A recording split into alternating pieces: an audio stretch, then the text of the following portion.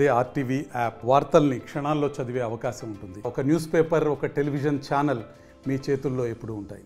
ఈ అభియోగం చేసినటువంటి నాయకుడు ఫస్ట్ ఆఫ్ ఆల్ ఒకటి ఆ ఇచ్చిన వ్యక్తి ఎవరు రిటర్న్ ఉండాలి కదా, ప్రూఫ్ ఎవరో ఒకరు ప్రూఫ్ ఉండాలి కదా ఇచ్చినటువంటి వ్యక్తి.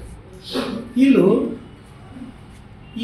ఇది వైసీపీ పార్టీ నాయకులు సృష్టిస్తున్నటువంటి ఒక అవాస్తవ ప్రచారం. ఇప్పుడు వాళ్ళ 5 ఏళ్ళు వాళ్ళ వంటికంతా బురద పూసుకున్నారు. ఇప్పుడు మేము స్వచ్ఛంగా పాలిస్తున్నాం కాబట్టి ఆ బురద నాకు అతికేయాలి కదా. సో అందుకే ఇప్పుడు ఏ పార్టీ ఏ నాయకుని మీద ప్రజలు మంచి అభిప్రాయం ఉంటుందో ఆ నాయకుని గురించి అబద్ధాలు ప్రచారం చేయడమే పనిగట్టుకొనిగా వాళ్ళు చేస్తున్నటువంటి ప్రచారం. నేను ఈరోజు ఒక మాట చెప్తాను, నా ఆత్మసాక్షిగా చెప్తున్నా, నా బిడ్డల సాక్షిగా చెప్తున్నా, నేను నమ్మిన దైవం సాక్షిగా చెప్తున్నా. ఎక్కడ కూడా జనసేన పార్టీ నాయకులు ఎక్కడ ఒక రూపాయి ఏ విషయంలో తీసుకునింది లేదు, దాన్ని తినింది లేదు. అటువంటి తప్పుడు డబ్బు మాకు అవసరం లేదు అని ఈ మీడియా ముఖంగా తెలియజేస్తుంది. ఇప్పుడు ఆ అభియోగాలు చేసినటువంటి నాయకులు ముక్కుకి చంపలేసుకుంటారా, లేకుంటే ముక్కు చంపలేసుకుంటారా, లేకుంటే ఇంకొకసారి ఇటువంటి విమర్శలు చేయకూడదు అని అనుకుంటారా, వాళ్ళ విజ్ఞతకే వదిలేస్తారు. ఇంకోటి ఏంటంటే ఆ ట్రాక్టర్ సంబంధించినటువంటి నాయకుల్ని పక్కన పెట్టుకొని అన్నాడు, చెప్పు చెప్పు చెప్పు అని ఇతను చెప్తున్నాడు పెద్ద మనిషి.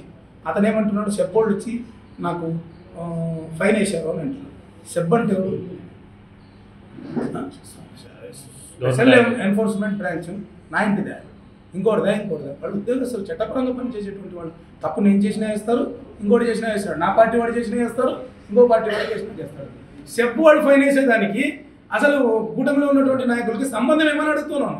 వాళ్ళ ప్రెస్ మీట్లకి అర్థమన్నా ఉంటే కొంచెం బహిరంగంగా చర్చకు వస్తే అప్పుడన్నా తెలుస్తుంది. ఇటువంటి ప్రెస్ మీట్లు పెట్టే మీ నాయకుడిని ఓడగొట్టారు.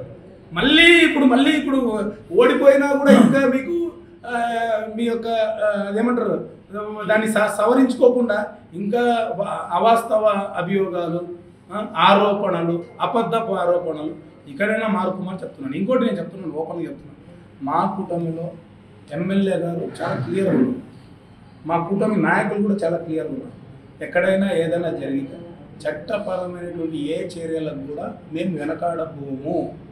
నేను ఓపెన్ చెప్తున్నా, ఎక్కడ కూడా ఈ స్టేట్మెంట్ వాళ్ళ 5 ఏళ్ళు ఎవరు ఇలా మేము ఇస్తున్నాం, ఈరోజు ధైర్యంగా ఇస్తున్నాం.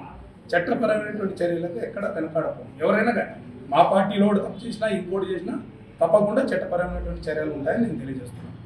కేవలం వాళ్ళు చేసినటువంటి పనులను మా మీద నెట్టేయడానికి చేస్తున్నటువంటి ఒక అబద్ధపు ప్రచారం అని మాత్రం నేను చెప్తాను.